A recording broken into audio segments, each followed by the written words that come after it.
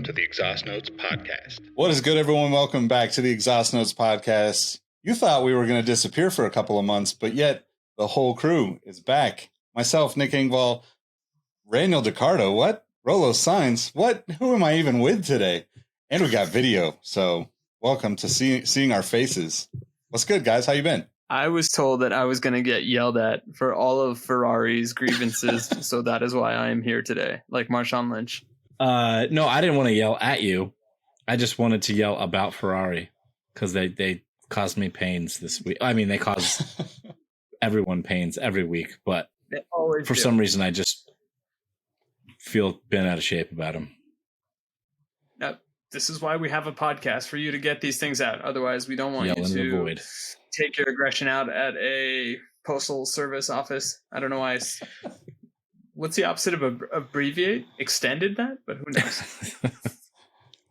I mean, but Ferrari in recent years does cause these types of things, right? Like that's basically what we got to get to. So yeah, I'm not even a Ferrari fan. And like this whole, I don't know what it was about this weekend, just sent me over the edge. But before we get our dessert, let's get through the vegetables. So I'll just go ahead and do the preliminary race order just to tell people where we were with this beautiful Spanish race. Up first, we have Max Verstappen in his customary first place, then Lewis Hamilton and George Russell. Who predicted that? I remember somebody predicting that distinctly. Was it you, Engvall, or was it Raniel? I don't know. I don't want to claim it if it wasn't me, but I definitely had. I think I had Lewis up there, but I don't think I had George up there too. I thought somebody had both of the Mercedes. To all 5 of our listeners, please, somebody check the archive and let us know. But back to where we were. Number 3 is the aforementioned George Russell. 4th is the Mexican Red Bull Sergio Perez, followed by the Spanish Ferrari of Carlos Sainz. 6 is Lance Stroll, who, when he wants to be a racer, not a projectile, can be pretty decent. 7th is his teammate, Fernando Alonso, which probably feels the lowest he's been all year. Then 8 is ST Bestie, Esteban Ocon, followed by Guan Yu Zhou in 9, Pierre Gasly in 10, Charles Leclerc getting close to the points, but not getting any points in 11th, Yuki Tsunoda in 12th, Oscar Piastri in 13th, Nick DeVries 14th, Nico Hulkenberg 15th, 16th is Alex Albon, 17th is Lando Norris, 18th is Kevin Magnussen, 19th is Terry Bottas himself, Valtteri Bottas, and then last, but certainly not least, Logan Private, a.k.a. Logan Sargent. Private bullshit. No, I'm kidding. Private bullshit. Yeah. So where do we start? Todd, what? Let's start with your Ferrari thing. I mean, I feel like we've teased it. Okay. Yeah, let's do that. So I don't know what caused me to like send me over the edge, but I was looking at, I think it was pre-race, like, Leclerc's stats for the year, which have been essentially like, you know, DNF or barely in the points. And there was a discussion in the Discord kind of around that time about Ferrari. And I just kind of dawned on me, like, even last year, they were the second best car, right? Challenging Red Bull on their best day. I think Leclerc got like 3 wins last year. And in that span of time, they've gotten rid of Italian Harry Potter. They made a more fragile car that eats its tires worse somehow, and their pace has completely degraded. They've lost I don't know how many key staff members. Like, they're the winningest team in all of motorsport. They have something like, I don't know, 15 or 16 drivers and constructors championships, like an insane amount. The next closest, I think, is McLaren, but whatever, they're garbage now. The Ferrari, like, we've talked about this before, but for like the NBA to be good, or like when the Knicks are good, it makes the NBA better, that kind of thing, or the Yankees in baseball. Right. Like, Ferrari needs to be. Sorry, go ahead. No, I was just gonna say, come up with a non-New York example. Otherwise, people are gonna think we just love the Big Apple. The Giants in baseball. Sorry, asterisk. Or no, not asterisk. I didn't mean that, Nick. I'm out of here. Like, whatever. Like, the Dodgers, the Giants, whatever you want to say. Like, they need to be good to make the sport better. It needs to be like that thing that we've always wished for, is like the top 3 teams: Mercedes, Red Bull, Ferrari all being good and in some sort of a battling for those top 6 spots for Formula One to be entertaining. And even if Ferrari was like fighting Mercedes for the Formula 1.25 because Red Bull's just way too far out in front, like it would still be entertaining because there's like that top of the tier battle going on. We lost Row. It pains me, and I'm not even a Ferrari fan. Like I said, I don't like them. They were my equivalent of like the Russian Red Wings for all you hockey fans. When the Red Wings were dominant in hockey, like they've always been that like Chamber of Fear style kind of empire like entity, and they have just completely fallen apart. Like I didn't think they could fall further from grace than they have from like 2019 when the fuel cheating scandal thing went on.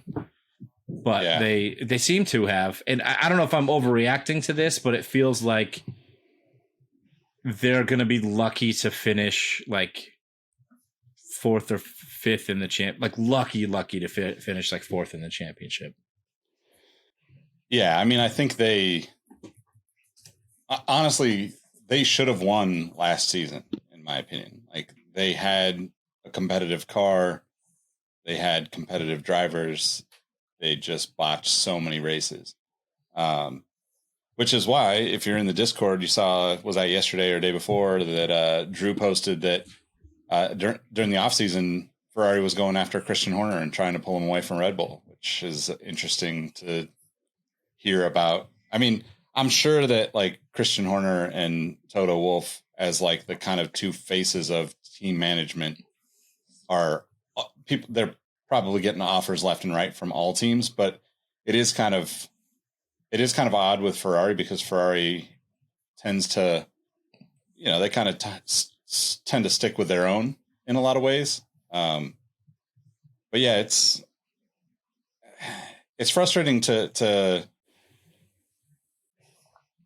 as a fan of the sport. Like, I mean, it's hard to say it's not entertaining though, because like, outside of Max being so dominant, this race was actually pretty entertaining, right? Like there was enough going on to make it entertaining, even if you knew Max was going to win from the get-go, essentially. But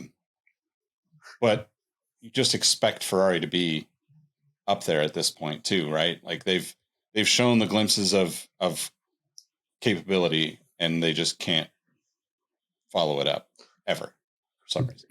No, I mean, I think it goes back to what we were saying last year, where people didn't realize that that's the season Ferrari had in them. So with the expectations rising, their title hopes almost dwindled. There was a pretty much direct relationship in that regard, or indirect. God, I'm going to fail 8th grade science again, so that'll be fun. But at the same time, do you guys feel this is more of an appropriate year from a Ferrari perspective, just because of the fact that did they peak a year earlier than we anticipated? Because the other thing I will say is, the aforementioned Italian Harry Potter, he's not the issue anymore because the Italian Argus Filch is not doing the job we thought he would, which was be a professional race car manager. And he seems almost a little too concerned in terms of being in the background. And it's something we were initially applauding him for, is just he's an adult, he's a professional, he's not going to stir any drama, but maybe this team thrives on some sort of drama. Or conversely, the drama is their own ineptitude and it doesn't matter who's in charge of it.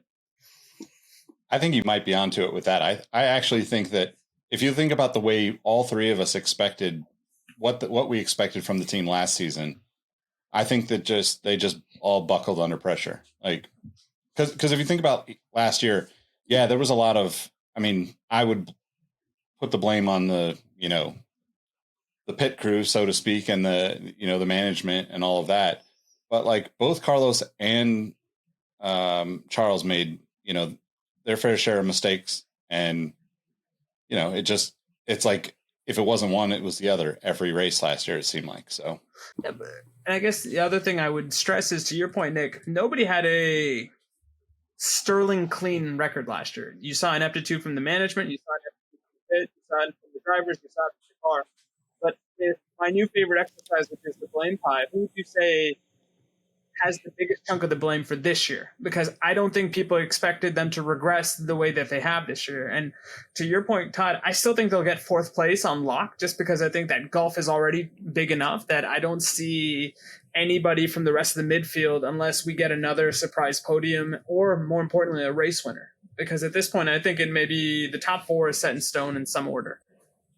Yeah, no, I mean, I was just looking at the gap too. They're 60 points above Alpine in fifth, but Alpine's been kind of on a stride lately.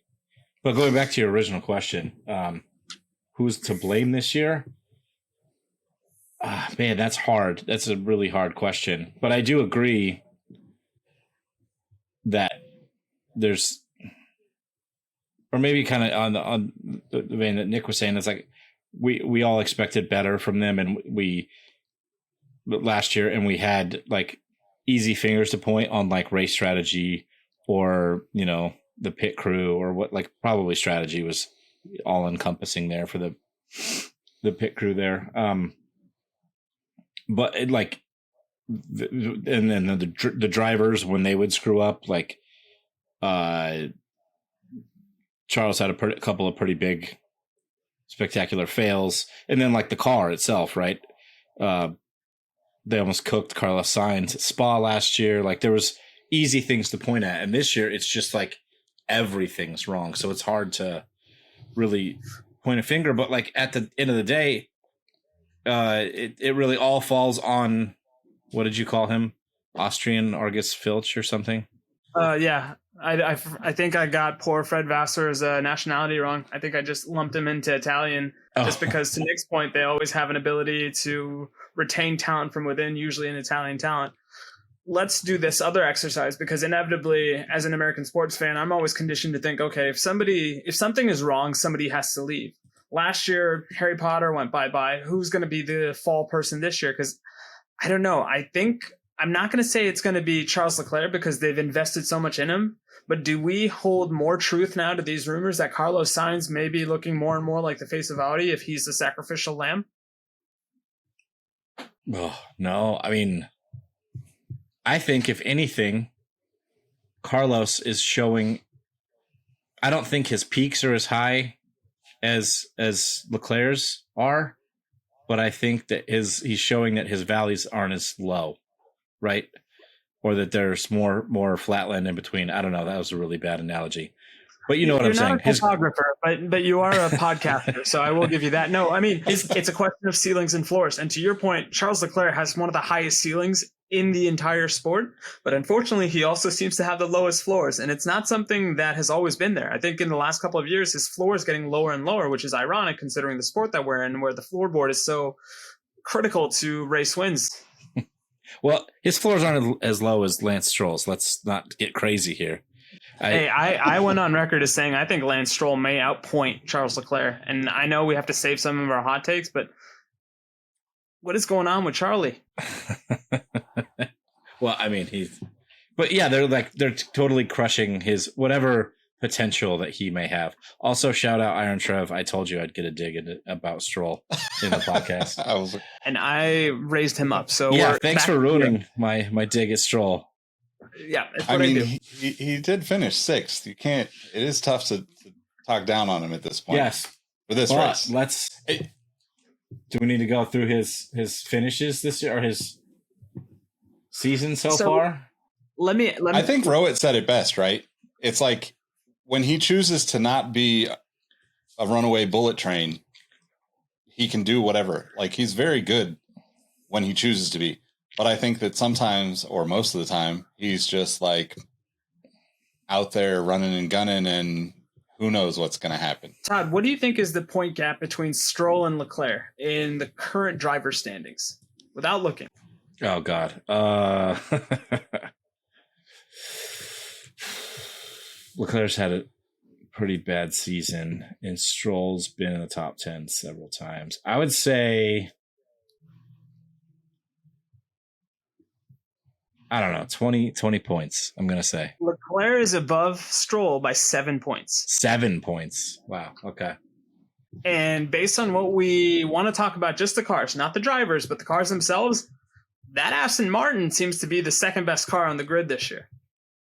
Or third best based on what you rate of Mercedes upgrades that finally came through in the clutch after a bunch of sandbagging. So either way, I kind of stand by my assessment that I would not be totally surprised if Stroll outscores Leclerc at this rate.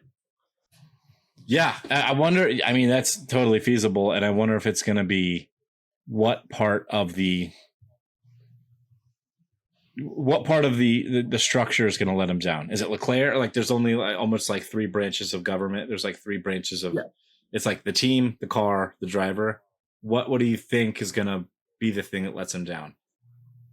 I think at the end of the day, I still think the executive position in this analogy, which I'm attributing to the driver, I think Leclerc is in his own head right now, and I don't see anything getting him out of there unless he truly is that driver and gets a podium, if not a race win off of Max, because that's the only thing I could see him rectify whatever mental funk he's in. Because at this point, we're not armchair psychologists. No, we are armchair psychologists. We're not regular psychologists, but there is something fundamentally, dare I say, off about Leclerc. He just does not look the same driver he's been in previous years. I mean, and I think you nailed it though. It's, it'll take a win to get him out of that, in my opinion. Like, it's not like he's not going to be happy with third or fourth or a podium or whatever that is. And I think that's highly unlikely at this point this season, right? Like, it's going to it'd take, DNFs from Max and Checo and probably some other chaos in the middle of the race for Leclerc to end up on, with a win this year. And that's disappointing. I completely agree. I'm glad you said Max DNF, because you'd have to have a Green Bull, Red Bull crash at the start of the race to have Ferrari to even have a chance. That's true. It does make me wonder, with Stroll, I don't think Stroll's going anywhere. We've talked about this at nauseum, so I don't need to get too deep into it. But it does make me wonder what someone like Leclerc or someone like Lando would do in one of those Aston Martins, because obviously those cars are a very close second. Maybe not very close. I shouldn't say that, because they're easily second, right? They're the most dominant car out there, outside of the Red Bull this year. Who's to say maybe these Mercedes upgrades are going to continue to result in. And honestly, I want to talk about Lando, man. Qualifying third, it's so frustrating as a fan to see that excitement and then turn around and be like, oh, cool, you're in 20th and you're in the pits and you're just constant. It's just I don't know. It's just disheartening. I kind of took it as obviously I was giddy like a school kid when I saw him in P3 on qualifying. But one, I guess I'll say first that him sticking his nose in there on whatever it was, turn 3-4, something like that, he shouldn't have been there. He put his nose in a spot that he shouldn't have been. A little too ambitious. Maybe he got overexcited because he hasn't been anywhere close to there in a while. And he kind of ruined his own race. That wasn't on anybody but him. As much as I love Lando, I think that one was on him. But I feel like, and this kind of speaks to the overall qualifying that we saw, because we saw Haas on fire. Both of the Haas's were super quick. Zhou put up a super quick time. Albon, even Logan Sargent somehow cranked out a super fast time. Piastri was in 10th. Yeah, there was it's this. I don't know why I was thinking about this, but everybody's cars for the most part seem to be working really well. And it was on what track? The track they test on. And everyone says, it's kind of like a saying in the paddock, if your car works in Barcelona, it should work pretty much anywhere. So over one lap, they were all super quick, right? It was people just, the track just kept ramping up, and they were all posting faster and faster times. But then once you saw in the race, it kind of resettled for the most part back into the order it should have been. And which, I mean, well, we could talk about the overall race. There was the most races that I can actually remember in a single, or most passes in a single race.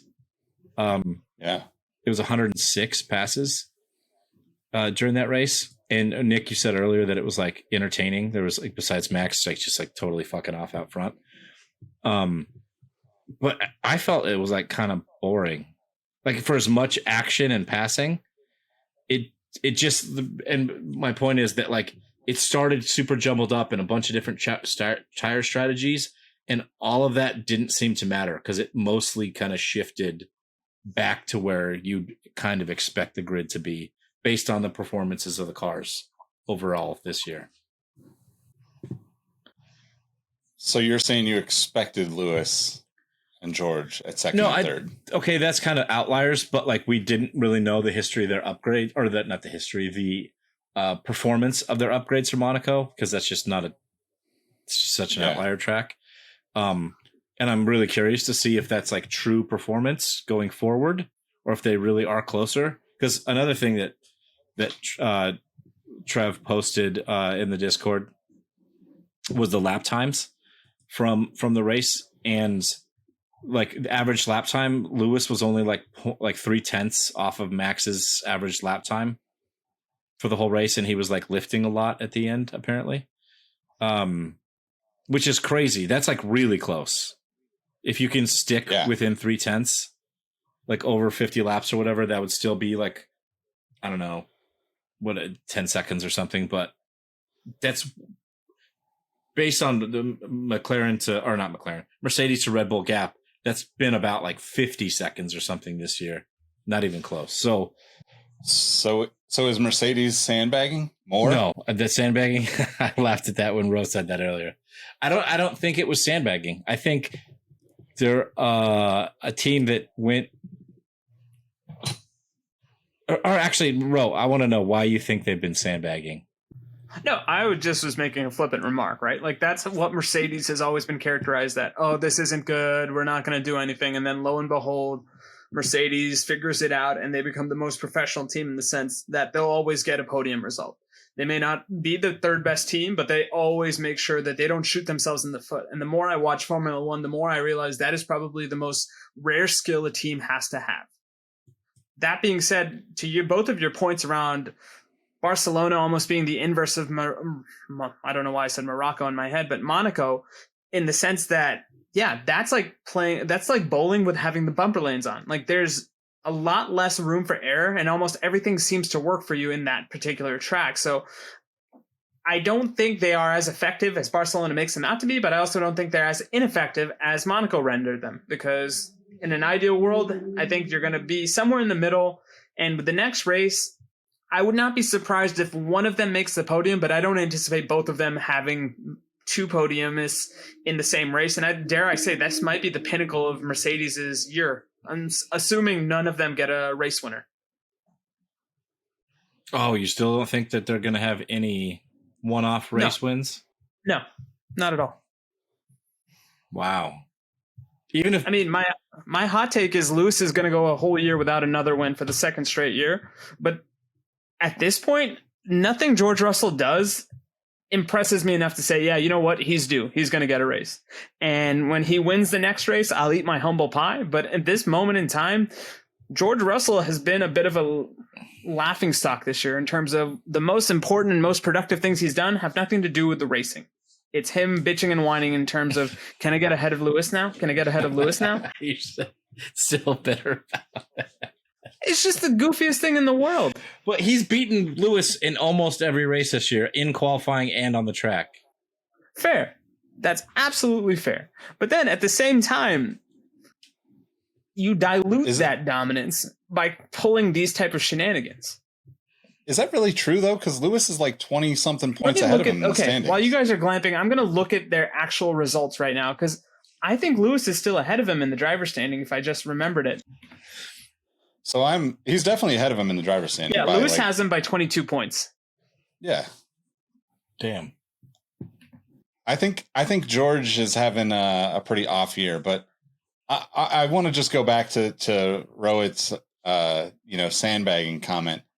I myself am a proponent of the theory, whether that's fake news or not, that Mercedes is always sandbagging.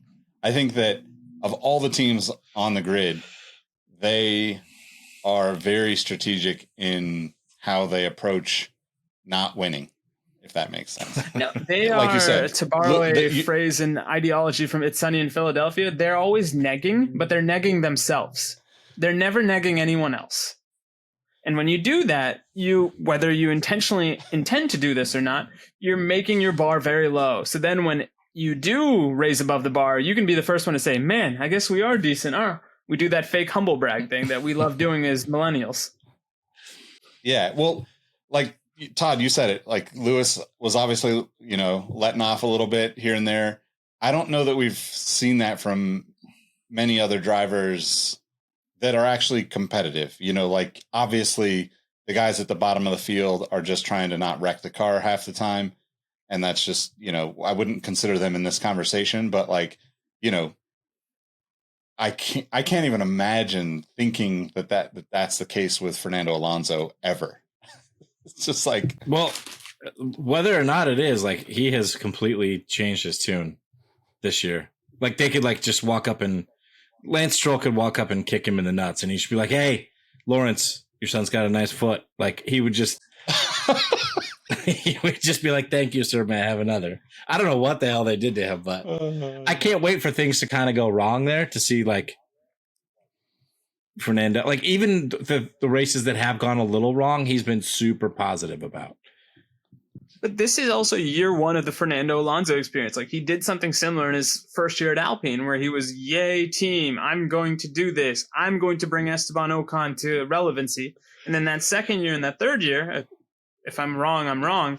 That's when we started to see old Fernando. And right now, I think this is as ideal of an opportunity for Fernando as possible. Like, there's nothing in Lance Stroll's DNA that's going to let him actively challenge Fernando Alonso other than the occasional race here or there. So why turn over that apple cart unless for some reason he is serious about winning the constructors? That's the only way I can see this going sour, because right now, rightfully so, Fernando only cares about Fernando, and Fernando's doing a great job. Fair. I mean, yeah, I guess if he has no competition, then he's got no fingers to point, right? Even if they both DNF, he's just like, well, live and you learn. Yep. Yeah, I agree. What you said something earlier I wanted to respond to. Oh, this is way back. But who leaves at Ferrari? I thought of this way late, but I think the president, CEO, whatever his name is, John Elkann, I think his time's up. I think they're going even above Freddie V, and they're going to be like, all right, you haven't done shit, which I swear that guy's not Italian. He just looks like he's from like Colorado or something. But I think he's going out. Sorry, that was way late, but didn't mean to bring it back to the Ferrari conversation. No, I need somebody to point the blame to, so why not? He's been there for Italian Harry Potter and Freddie V. And actually before that. But anyway. Yeah, I was going to say, by the way, if we are keeping the Italian Harry Potter, then Freddie V, which seems like the most generic Italian mafioso henchman name ever, needs to stick as well. Because that's what Ferrari's legacy is going to be right now, is their nicknames are more entertaining than their drivers, which is saying something. Fair. So going on to the race itself, Nick, you said it earlier, and I want to talk about it. Why do you think the race was good? Because it felt, I don't know, I felt conflicted because it was like, oh my God, there's another pass, and they're sending it into turns that you don't normally see passing on. But at the end of the day, like once the race was over, I was just like, man, it's kind of just another Spanish Grand Prix. I mean, I feel like that's kind of always the case, right? Like it's kind of like Monaco. And look, I would rather see, a battle at the front than anywhere. I'd rather see two guys battling nonstop for an entire season and the rest of the field laps down, just because that's where the excitement really is, right? Like we got it in 2021, with Max and Lewis.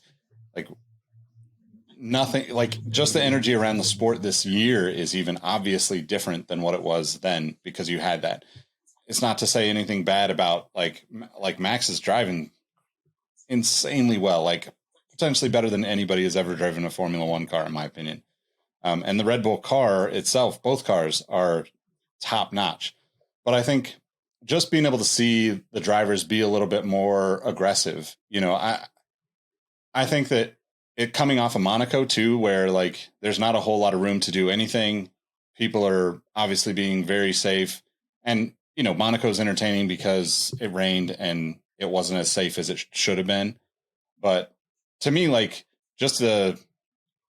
I think it's always going to shake out the way that it does, right? Like it's always going to shake out to have like the top 5 drivers be the top 5 drivers.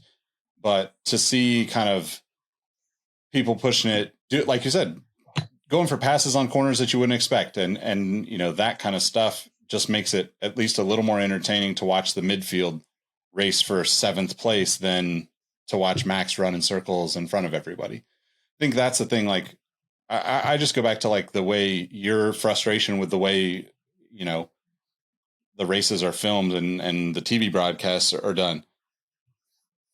If I was like running a broadcast, it would be damn near impossible to make the race entertaining when the guy in front is 20 plus seconds ahead at all times. Like there's only like a brief moment in the race where you're like, well, maybe Max will pit and they'll really screw up and now there'll be a race.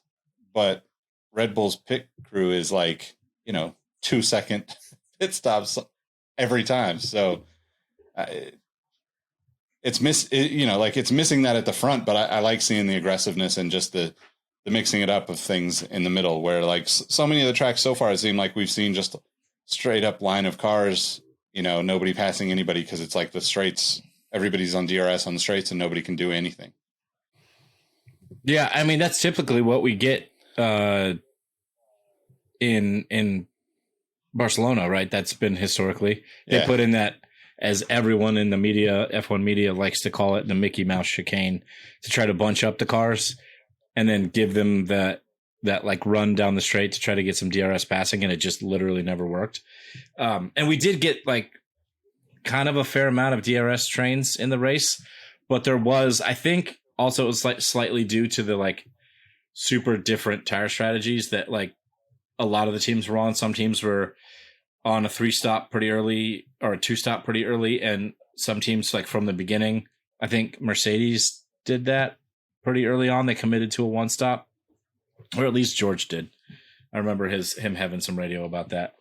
But then it like, I guess it just felt like a letdown, because with all of that going on and like the threat of rain, and I think some of the track was resurfaced,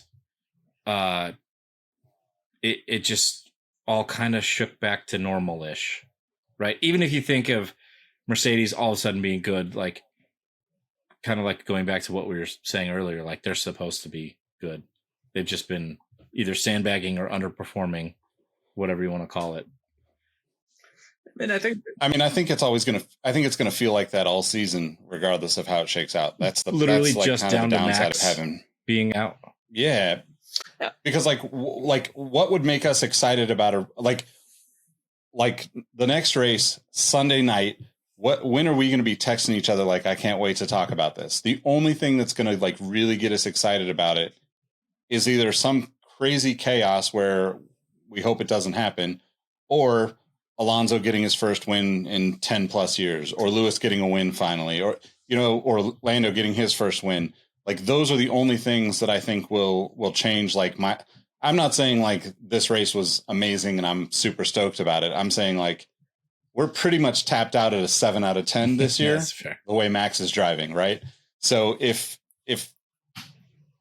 we look at this race being 7 out of 10, like I feel like I watched it and felt good about it, and it was entertaining to me. Yeah, but I mean, I think we also have always kind of alluded to this, especially this season, where what happens to this fan base when the results become more and more inevitable. I mean, we like comparing him to Thanos, but Max Verstappen truly is inevitable because he's always going to be there.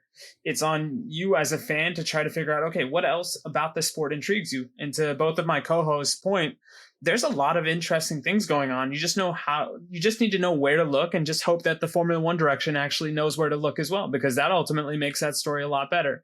To answer your hypothetical question, Nick, I think for me, what would excite me is new podiums outside of the big three or the big four this year. Because I guess Aston Martin is good enough now that they are in that upper echelon. So the fact that we got a random Esteban Ocon podium is exciting for me. I'm biased slightly because he's one of my favorite drivers, but that is still very intriguing. And I don't know if there will be anything on that level of a surprise, dare I say it's a surprise, for the rest of the year, because the teams that are up top have just figured it out in a way that makes them inevitable. And I keep coming back to that word, but that's what it is. And if there is joy in trying to see who gets 13th place, that's fine by me if the direction of the TV and the race tells that story well. Because ultimately, at the end of the day, I think I speak for Nick. I probably speak for Raniel over there. We're suckers for good stories. So if you can make us believe for at least 5 seconds that something is more entertaining than what it actually is, we will stupidly be Fry in that meme of "take my money, please." I mean, I think this is also how teams get through seasons like this, right? Like, there's nobody at AlphaTauri or at Alpine that's thinking, yeah, we're going to get Mercedes this week. You know, like they have to know like who they're competing against in order for them to stay focused, in order for them to like actually not feel like the entire season is a waste, you know, because a lot of those guys, you know, they're limited to where they can go even beyond like where they're at. Right. It's not like, you know, like Pierre Gasly had a pretty good race, like, you know, not great by any means, but like, you know, he's also had his time at AlphaTauri. He's not going to make it into the Red Bull camp, like the main Red Bull seat ever. So like, Again. Where are you going to go from there? Kind of. Yeah. He was already there. Exactly. Yeah. A second time. Yeah. That Gasly, who I put on my fantasy team this weekend, was very stoked about his qualifying performance. Totally killed himself with impeding penalties, which is totally on his team. Well, I disagree with you that I think we could see, not you, Nick, I think Rope said it. We could see that one-off podium from, like, I feel like Alpine could get that sneaky podium or does have that attitude now that they're going after Mercedes. Whatever updates they brought to the car seem to have worked, and their pace has improved pretty drastically, or not drastically, but good. Both drivers have been performing pretty well. But that just leads me into the point of like, I feel like we've been in this problem with every race. If you take 2021 out of it, every race being like peaking at a 7 out of 10, because before that it was Lewis domination, and before that it was Seb dominating, right? So it's always been about looking at the interesting battles in the midfield. I feel like the overall this year has been really good and interesting because of the developments and this new era that we're in, and the midfield battles and all there are stories there, but it's like even just witnessing Max, like literally probably having the most, what I think we're going to see as the most dominant F1 season of all time. Right. He already had that last year, like statistically, right? He had the most wins ever. Yeah.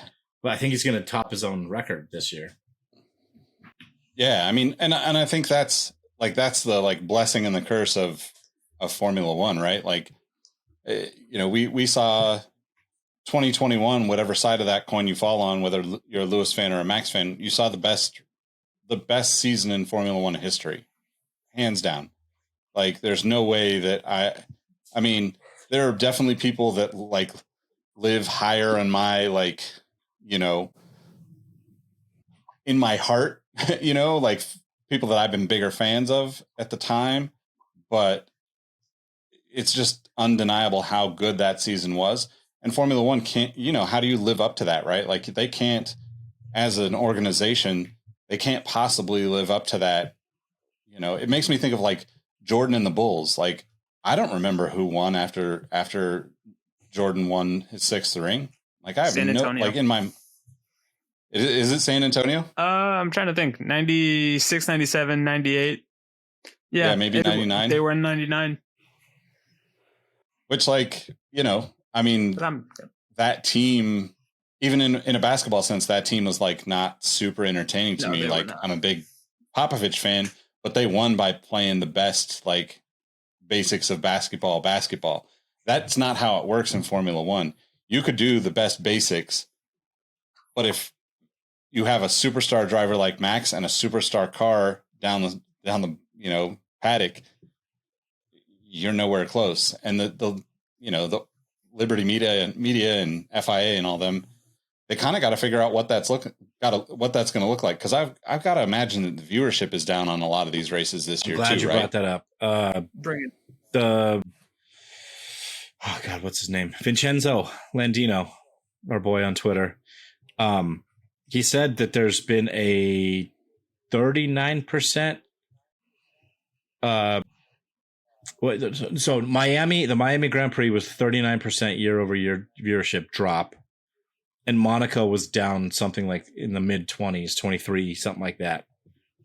Year over year numbers drop. So like the 2021 peak has, it's finally, people are coming off that high, and like I saw replies to the tweets. It's like, yeah, I have coworkers that used to ask me about F1 all the time and pulled in by Drive to Survive, and now those people haven't asked me about F1 in months.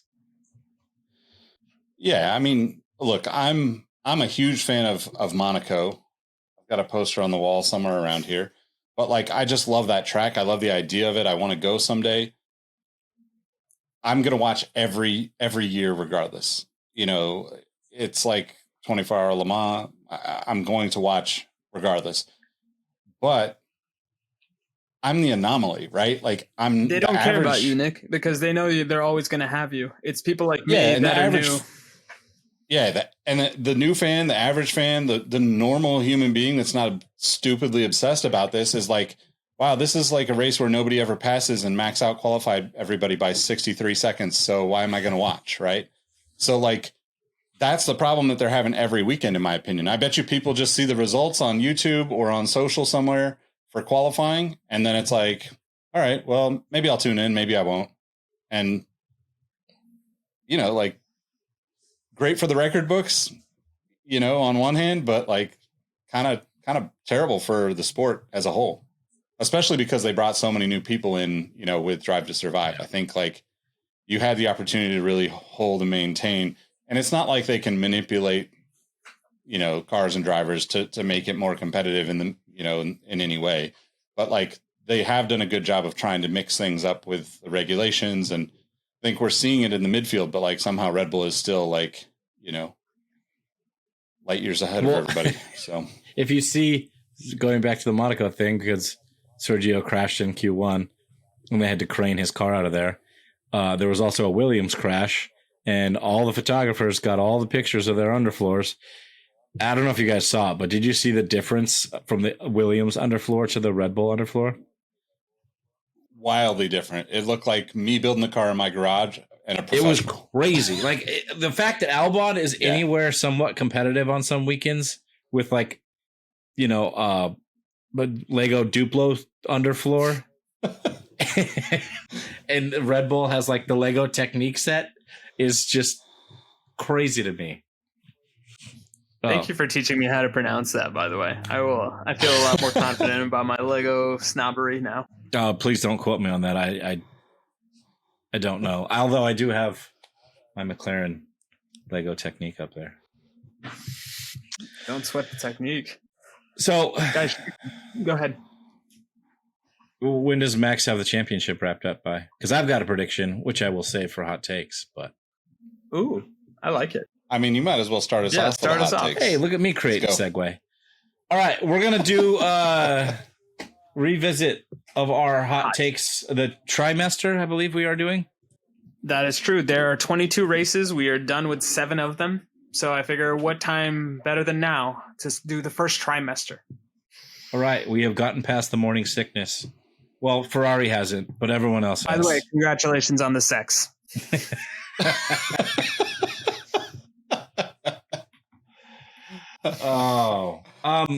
Yeah, so I guess we're just throwing out our new ones now, or no, let's do this. Let's go through the existing ones that we have, just kind of get a 30-second snapshot of how we're feeling. The co-host can jump in, and then ultimately we confirm which one we want to attach to the double bonus guarantee, and then also we'll give you the option of replacing or retiring one hot take for an even spicier take. How does that sound?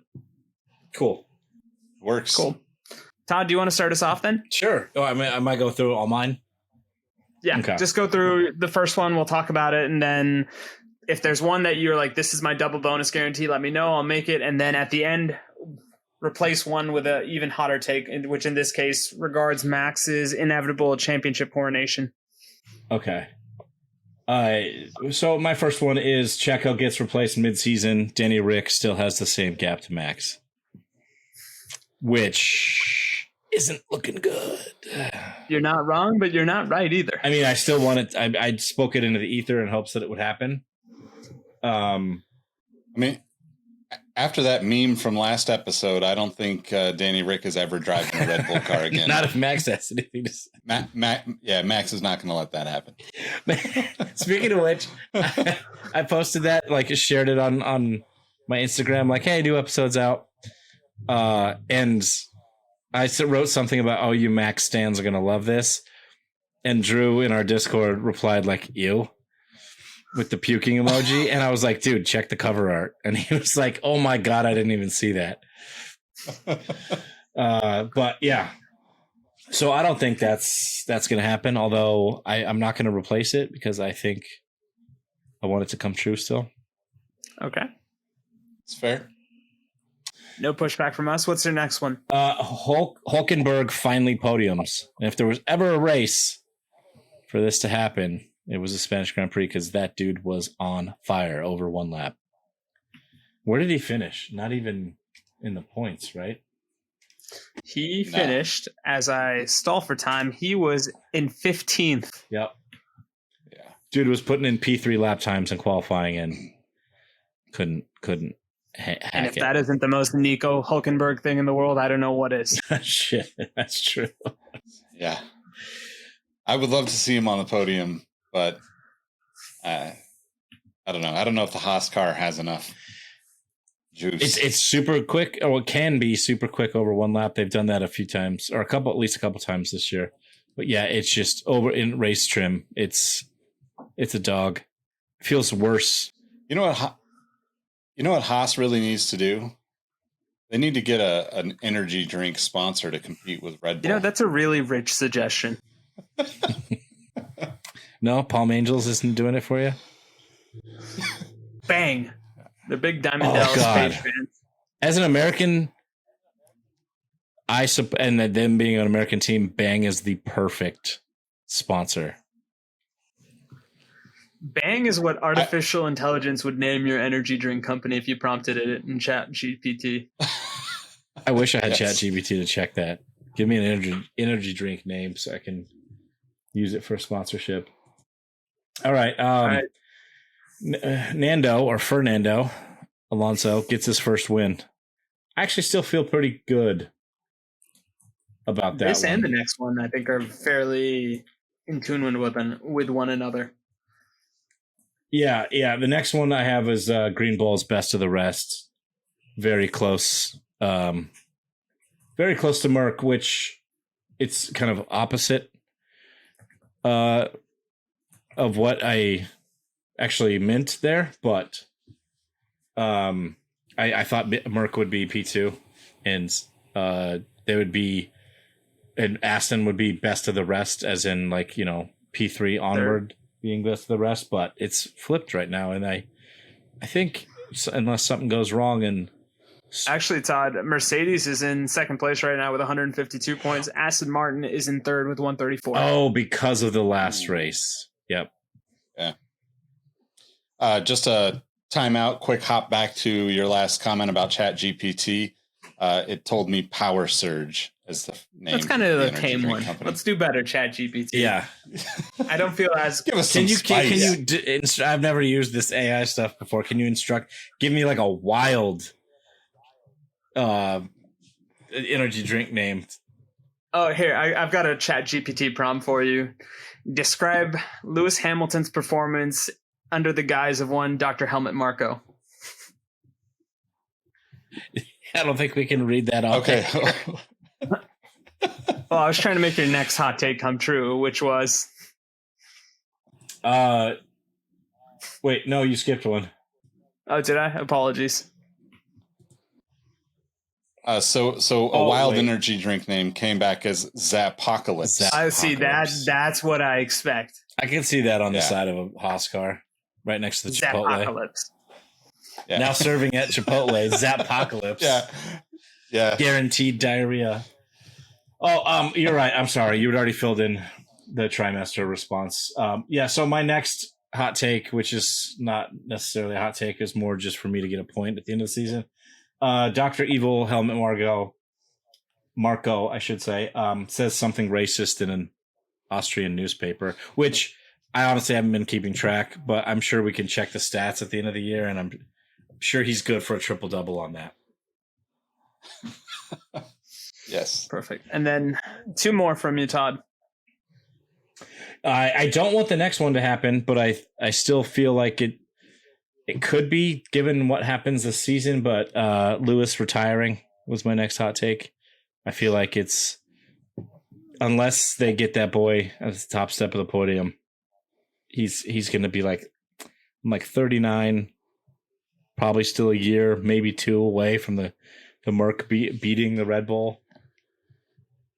Now, do you think this is like a LeBron, like, I got to think about me in the game of basketball retirement? Or is this like hard out retirement? Oh, no, he's a drama queen. He'll probably film a decision on ESPN and just.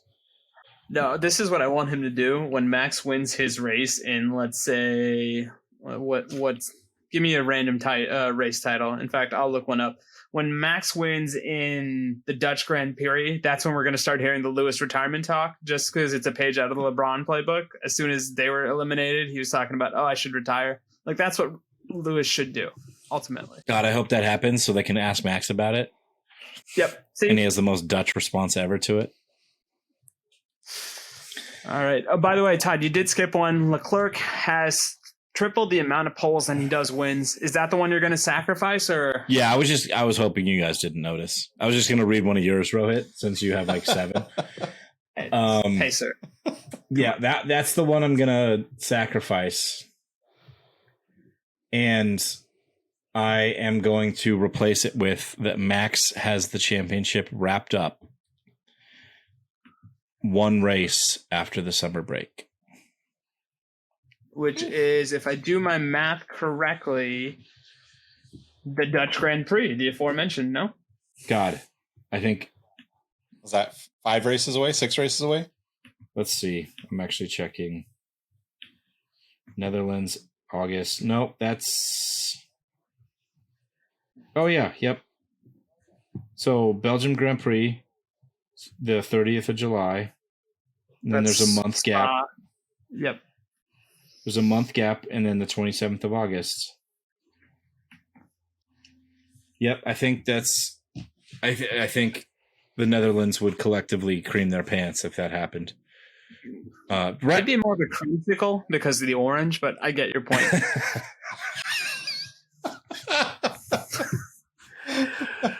Oh my God! Yes. So true. They would make Guinness World Record for the amount of simultaneous creations of creamsicles. Nick, take us out of this segment, quick. All right, I'm going to jump into mine. I only have 5. I don't know if I just wasn't coming with my best energy on this episode that we recorded this back then at the beginning of the year, but Haas will get a podium. I'm going to leave it as wishful thinking. Honestly, like K-Mag or Nico, I'm not particular, but I feel like one of them. I feel like we could have some chaos somewhere, and they could end up on the podium. Okay, I can live with that. So we'll keep it. Like Todd, any thoughts to this? Because I mean, you're the one that famously said they have P3 pace during Q2.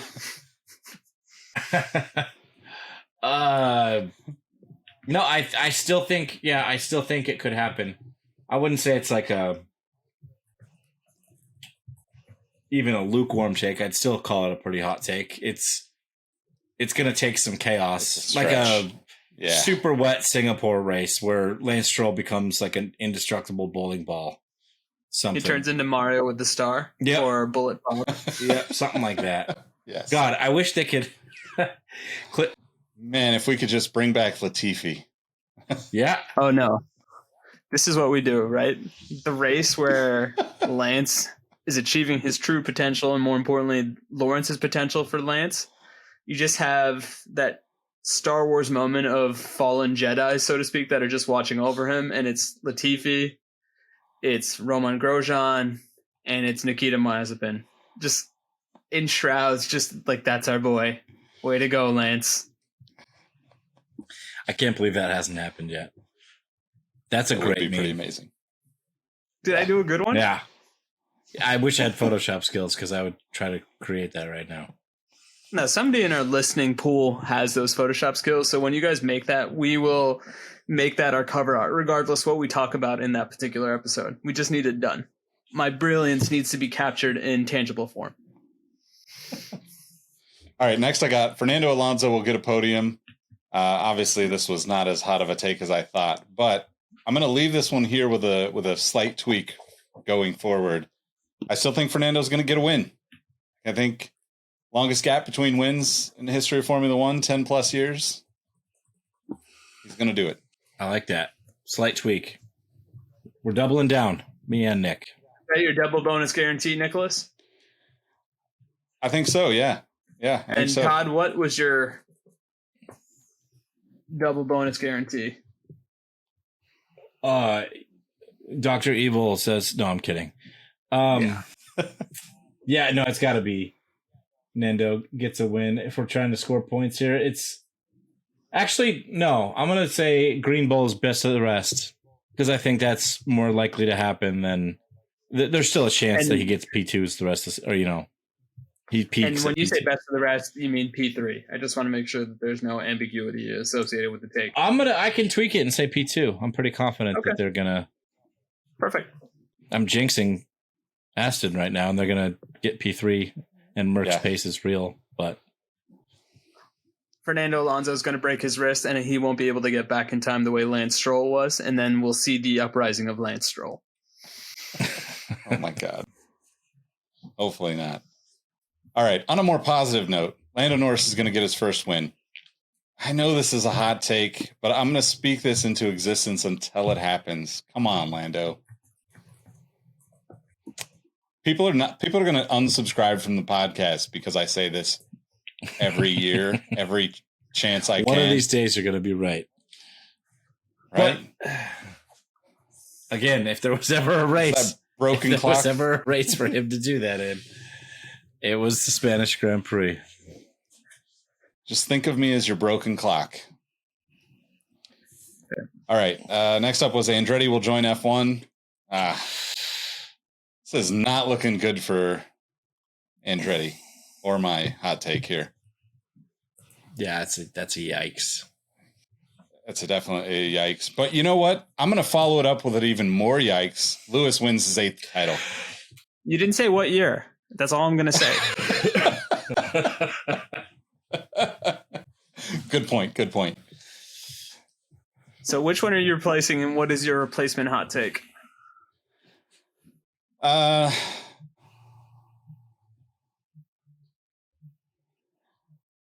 think wow,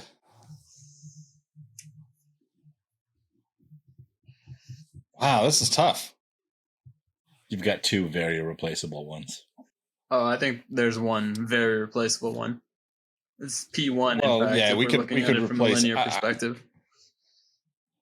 I would say I'd have to replace the Lewis wins his 8th title. And I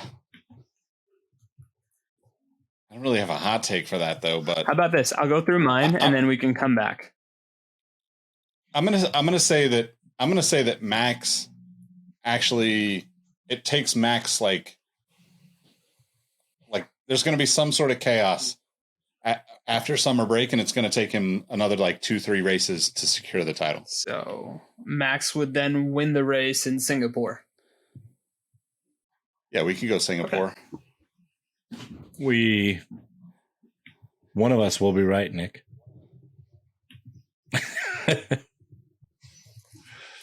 I like our odds. Yeah. Collectively as a podcast, we're going to get this right. Alrighty, cool. All right, Now it's my laundry list of things. So the first one I had, and now I regret them because they require a bunch of mathing, and the kids say the math isn't always mathing. In this case, it's more from a laziness perspective because I don't want to check this, but I was bold enough to say that Lando Norris will have the highest percentage of his team's points more than any other driver. And then just as a point of reference, I put out that Bottas had accounted for 90% of Alfa Romeo's points in 2022. Lando was at 77% of McLaren's points in 2022. I don't know. Like, I probably in hindsight, maybe I should change Lando Norris to Fernando Alonso because that's what it's looking. But who's to say? What do you guys think? Is there a team right now that you think is particularly lopsided? I mean, I think you're actually onto something there, except for the fact that, you know, there's going to be like that outlier, right? Like Williams. Where, yeah, like somebody's going to get Logan 5 out of Sargent's 6. not going to score. Yeah. So, like, I'm actually a little shocked to learn that Piastri has 5 points to Lando's 12. Like, I don't remember him. I think I remember him getting a P10 once, which is good for a point. But I don't remember the other 4 points. No, we can definitely check it out. But yeah, it was one of those things that I famously said none of the new drivers were going to hold their weight at all, which uses a segue into my third hot take. So I'll come back to number 2. But Pierre Gasly will score more points than all the other new drivers on the grid combined. And I'd called new stupidly as Fernando Alonso, Hulkenberg, Piastri, Sargent, De Vries. Now, if you take that Fernando Alonso piece of it, I feel fine with where I'm at. But because Fernando Alonso has decided it's 2007 again, so, yeah, that is probably the one I will be replacing because there's no way that I think this is going to happen unless Pierre Gasly turns into the new Fernando Alonso. What are you guys thinking right now? Let's use this as a quick observation on any of the new drivers or the drivers that are back on the grid. Is there anybody that's impressed you or disappointed you thus far? I mean, I think Todd kind of nailed it, right? Like, I don't think there's anybody that's impressing in any, you know, like, but Piastri's points, like, I don't remember them either. So I guess that's impressive. Because he has them. I would say disappointing De Vries. Like, I actually had decently high hopes for him being a F2 champion, Formula E champion. Lots of experience coming into F1 as a rookie at like 28 or however old he is. Like, he's got the, like, you know, young boy jitters out of his system. He showed a lot of maturity in his reserve driver role, especially in that fateful Monza race last year. But he's just been like atrocious. Yeah, he's been real bad in a car that's on its best day, like on the fringes of the points, and he's nowhere to be seen. He hasn't even qualified well. His like practices are bad. Like, he's, you know, had a couple of little offs, crashes, whatever. I think he's taken an impeding penalty, which, granted, isn't always the driver's fault, or most of the time it's not the driver's fault, but he's just having a really bad year. So I think from a disappointing perspective, Piastri's been better, I guess. But like, he also, if we remember back to last year, was like the second coming of Christ.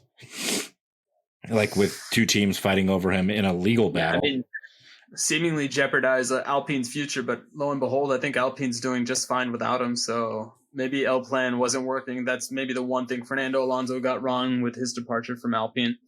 I will now circle back to Fernando Alonso's ex-teammate, Lewis Hamilton, and I will say that he will go a second straight year without winning a race. And right now, I feel really confident about this one, even though that makes me a bit of a hater. So apologies in that regard. But I don't know. I just don't see it this year because I just think this is Max's year. And by Max's year, I mean, I anticipate him getting no worse than second in a race. And if he does get second, I don't think it's going to be Lewis that takes first in that particular outcome.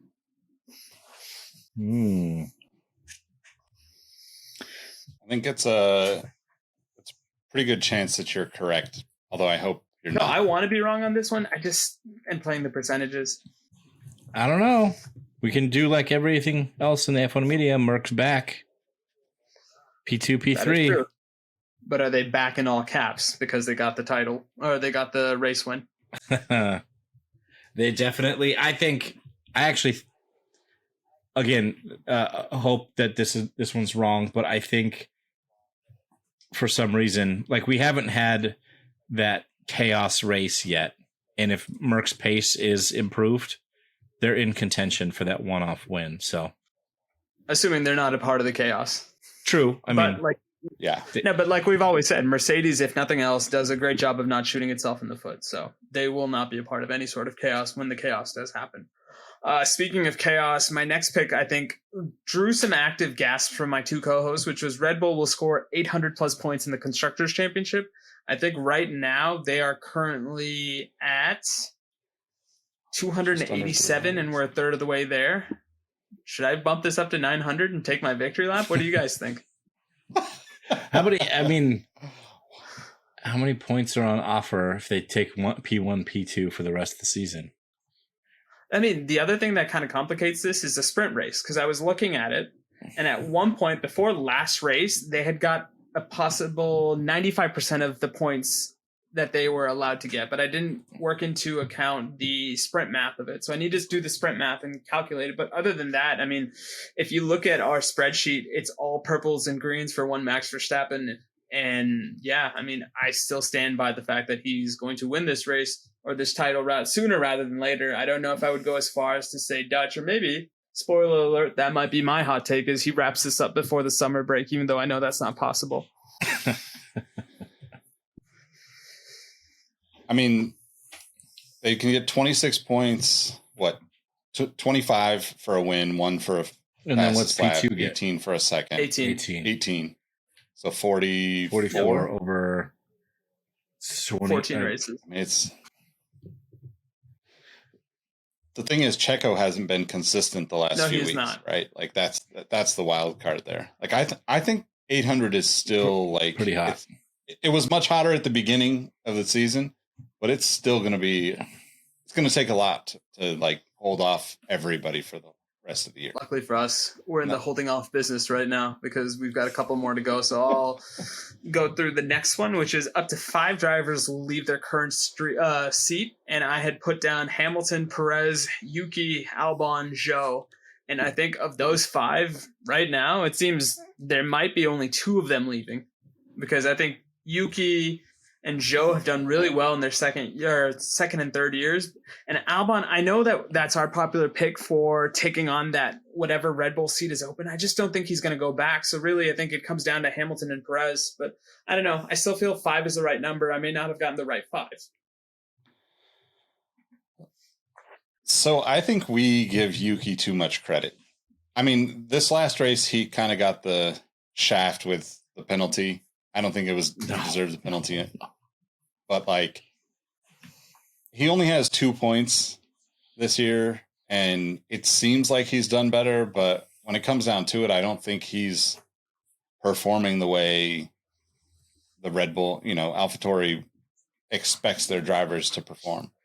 But do you see AlphaTauri pulling a Haas and getting 2 new drivers at the end of this year? Because to your point, if Yuki's not doing well, that's fine. But Nick DeVries has been a special kind of suck. And I don't want to see someone's dreams dashed within 1 calendar year. But it seems like that's the way of Nick DeVries unless something chaotic happens. I don't think that I don't think they get rid of De Vries, but I think it's more likely that Yuki leaves, like he's booted from AlphaTauri and comes back with another team, reserve driver for Aston Martin Honda. Yeah, because obviously the Honda tie is there, and I think that will ultimately play in both their favors. So that's a little shocking to me. I'm not gonna lie. Like, I feel like, given that he's driving an absolute barge of a car, he's performed really well in races. His racecraft has improved. He's getting the best out of said barge in qualifying. You being the resident Yuki fanboy, I feel like you'd have a positive spin on that. Is it really a barge of a car though? Because I mean, it's been a barge of a car for multiple years now. I mean, we talked about it last year that if that car was any decent, I think the likes of Gasly and Yuki would have elevated it, and it was almost a minor miracle they got it to where it was because it just seemed bad. And I mean, you're talking about 2 points as a team so far. Like, obviously, like last year with Pierre and Yuki, like it was like, stepbrothers in real life, Formula One version where like everything felt great. And honestly, I think both of them scored significantly more points throughout the season. But I just don't see them, to Rohit's point, I don't see it. I don't see them ditching both seats. I don't see them being complacent and okay with the way things have gone this season, because obviously he might be doing well in terms of like he's not at the very bottom of the grid, but AlphaTauri's been closer to the points in the last 3 years than they are this year. So I just don't see them sitting tight with him. No, I think that's fair. In the interest of, can we bet juice boxes on this? Let's do this. I think if anybody leaves the team, it's Nick De Vries. Wow. So, Nick, do I want to ask you, are you going to go on record and saying if there's somebody that leaves the team, it's Yuki? I think it is, yeah. I mean, I think that Rohit said it best, right? It's like one season. I think you're going to give somebody more than one season. I think Yuki's had this is his third season, right? Like he's had the chance. And,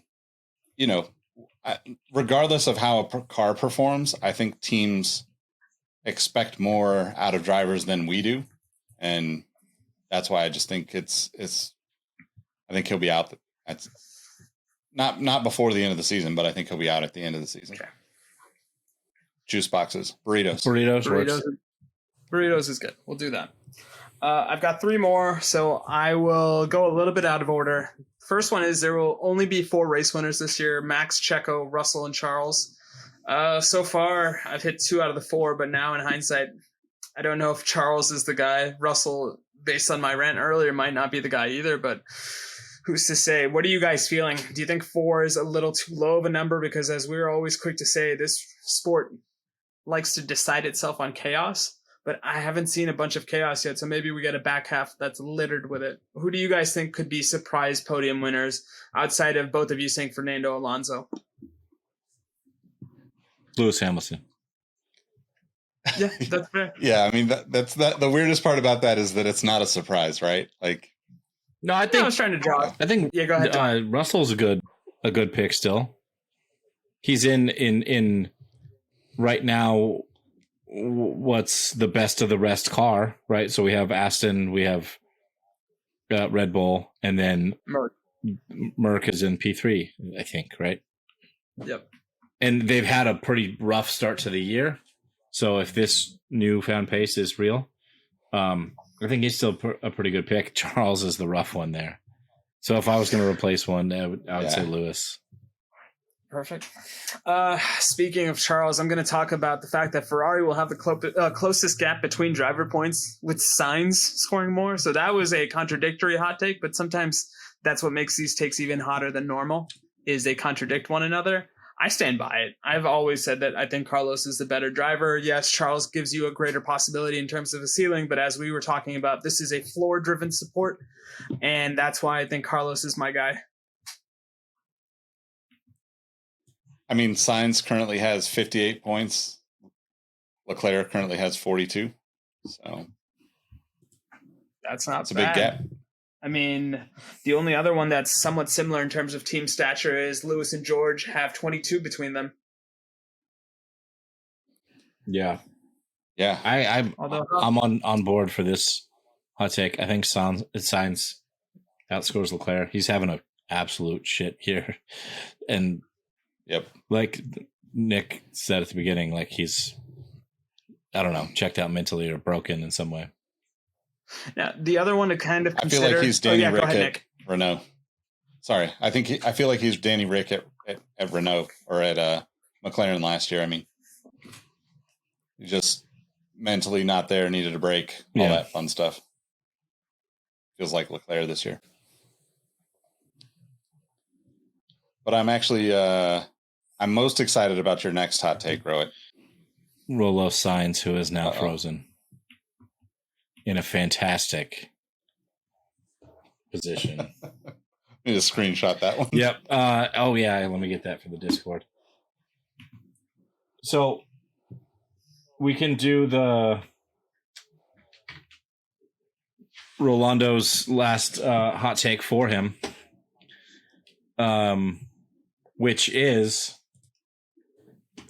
Gunther Steiner will manage Ferrari. And I feel like anything's possible at this point.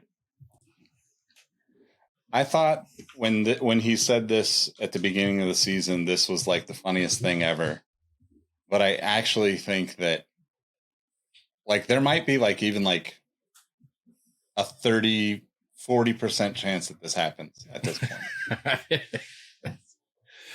I was just thinking, I'm not laughing at your 30-40% chance, but like the like clown show that Ferrari already is, but in like a serious sense, like they won't be like, oh, you know, we screwed up, haha, like funny, like Haas does, like, you know, we look like wankers kind of thing.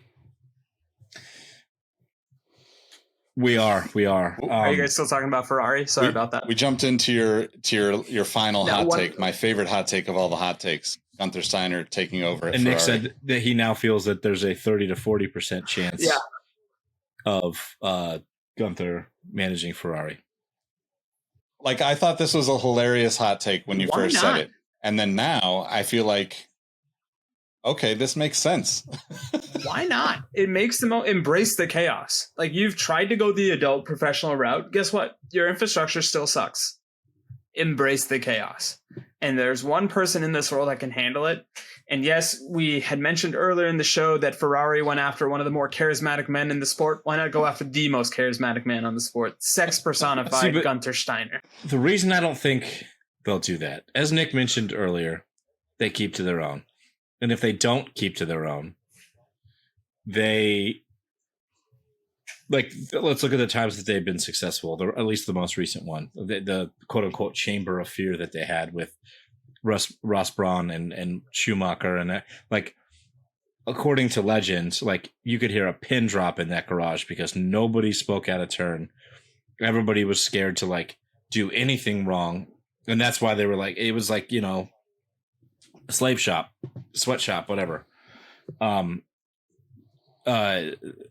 They need someone like that in that role, and that's how Ferrari's always been successful, because the DNA of their brand was like Ferrari himself saying, like, those that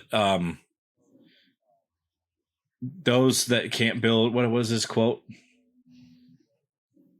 Those that worry about aerodynamics can't build engines, or something like that. Like, he was just like, he had such a like wild attitude all the time, and that's the kind of person they need in Ferrari. So Gunther, as marketable as he is, isn't the right person for Ferrari. So I still think that's like wildly hot take. No, but then if I'm trying to adapt what I know about Formula One in the 3 years that I've started watching, and you talk about this chamber of fear, which I had never heard of prior, so now I have homework in terms of looking that up and what that means.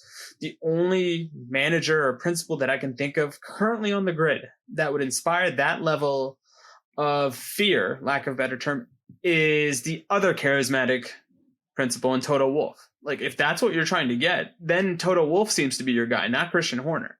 Because Christian Horner loves to talk shit. If there's anything that man is, it's loquacious. All he will do is talk, talk, talk. We know that if that certain black turtleneck comes on, Wolff is all business. We can ridicule him because for the time being, the business never came, so to speak. There was no target on anybody, but at least he talks a big game. And I feel that's what Formula One is more often than not. I think there's another takeaway from this conversation that's probably going to be like a separate topic we have to jump into. I actually think that I don't know how this works for every team, but my understanding is that Toto and Christian Horner both own a portion of the teams, right? They're way more committed to winning and to these teams than hiring, like Gunther Steiner is obviously is thankful to be working in Formula One and is dedicated to Haas. But like in terms of like just the way humans work, if you have a piece of the pie, no matter how small that piece is, you're going to put in more effort. You're going to go further. You're going to push harder. You're going to challenge yourself more, and you're going to challenge those people around you more. I think that is like a huge conversation around what Formula One looks like right now, because I feel like you've got a bunch of teams that don't have that, and then you have a couple of teams that do, or a few teams that do, right? I'm throwing Aston Martin in the mix there with that conversation because, Lawrence Stroll obviously has turned that team around. Like, as much of a punchline as we've made him, you're right, Nick. And then the other thing that's interesting to tie this all together is the fact that Toto Wolff also owns ownership stake in Aston Martin. He's got 1%. Has sold. He had a percentage in Williams. While also having his, Ineos shares or whatever in his heyday. Interesting. Yeah. Also, net worth of $1 billion. Good job, Toto. We're definitely not in Kansas with that type of net value. I just remembered that we're on video for this episode, and I have been leaning off camera. I'm not doing lines. I'm blowing my nose. I've been sick. Just want to clarify that. I like to think of you doing pit stops to simulate how in tune we are with the sport. Because it's always less than 3 seconds in your back. So just popping back on camera. Future sponsor. Oh, good pit stop, guys. That was a pit stop. Good one. Yeah. Oh, yeah. Start Formula One. Speaking of good one, I think this is a good episode, Nick. You want to end it? Fun. Anything else you want to get off your chest as fearless leader? I don't have anything else to get off my chest. I'm just happy that we're finally doing this on video. We were promising it for a long time, so now we get to have a little more fun with it. Because usually when we're recording, we're making fun of each other, we're making each other laugh, and you guys don't really get to see that to the full extent because half the time we have our microphones on mute anyway. So I don't know. I'm looking forward to it as much as I am, Gunther Steiner, team principal of Ferrari. I'm gonna have to get a big McLaren flag for up here. I don't have a cool Hey, you got room up there. Setup like Nick does, or Roe with the interesting background. So I got to prove my fandom. I'll be on F1.com later ordering something overpriced. Yeah. Exactly. That truly is the American way. All right, guys. Well, let them know how they can find you outside of the show. You can find me on Twitter at Roheezy, at Instagram RohitM13. That OnlyFans Curry in the Hurry page might actually happen because once Gunther starts managing Ferrari, Ro can manage an OnlyFans. Todd, where can you find you? Dadshoe.jpg on Instagram. That's SHUE. And same on Twitter, dadshoe_F1. You can find me at Nick Engvall on all the platforms. More importantly, Exhaust Notes FM everywhere, exhaustnotes.fm if you want to check out some of the older episodes of the podcast. All of them are there. And most importantly, hit the first link in the description, whether you're watching this or listening. We'll have a link to our Discord. Doesn't cost anything to join. Amazing group of people.